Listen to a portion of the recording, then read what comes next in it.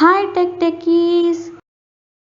So మనం మన దగ్గర ఫైల్ కానీ ఇమేజ్ కానీ డాక్యుమెంట్ కానీ ఏదైనా హెవీ సైజులో ఉంటే దాన్ని మనం ఎలా కంప్రెస్ చేయాలో చూద్దాం.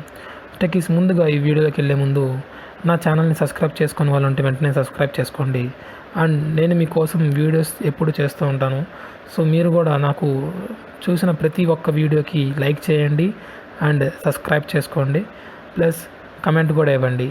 సో నా ఛానల్ని ఎప్పటికప్పుడు మీరు లైక్ చేస్తూ ఉంటే, షేర్ చేస్తూ ఉంటే నా ఛానల్ని ప్రమోట్ చేసినట్టు ఉంటుంది, నాకు కూడా సబ్స్క్రైబర్స్ని పెంచినట్టు ఉంటుంది. సో నాకు ఈ బూస్టప్ కనుక మీరు ఇస్తే మీకు ఎప్పుడు ఈ వీడియోస్ చేస్తూ నా ఛానల్తో మిమ్మల్ని అవైలబుల్లో ఉంటాను.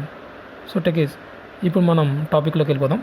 సో ముందుగా మనకు కావాల్సిన ఫైల్ ఏదైతే ఉందో ఆ ఫైల్ని మనం సెలెక్ట్ చేసుకోవాలి. నేను ముందుగా ఇప్పుడు నా దగ్గర ఒక డాక్యుమెంట్ ఉంది. ఆ డాక్యుమెంట్ వచ్చేసి 5.93 MB ఉంది.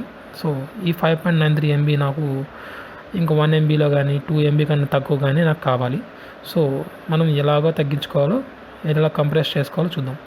దీనికోసం క్రోమ్ ఓపెన్ చేసి కంప్రెస్ PDF అని టైప్ చేయండి.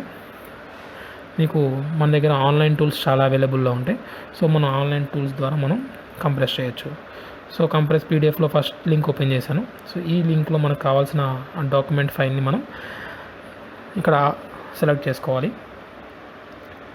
సో ఇక్కడ డాక్యుమెంటే కాదండి, డాక్యుమెంట్ మీకు ఇమేజ్ ఉంటే ఇమేజ్ ఏదైనా.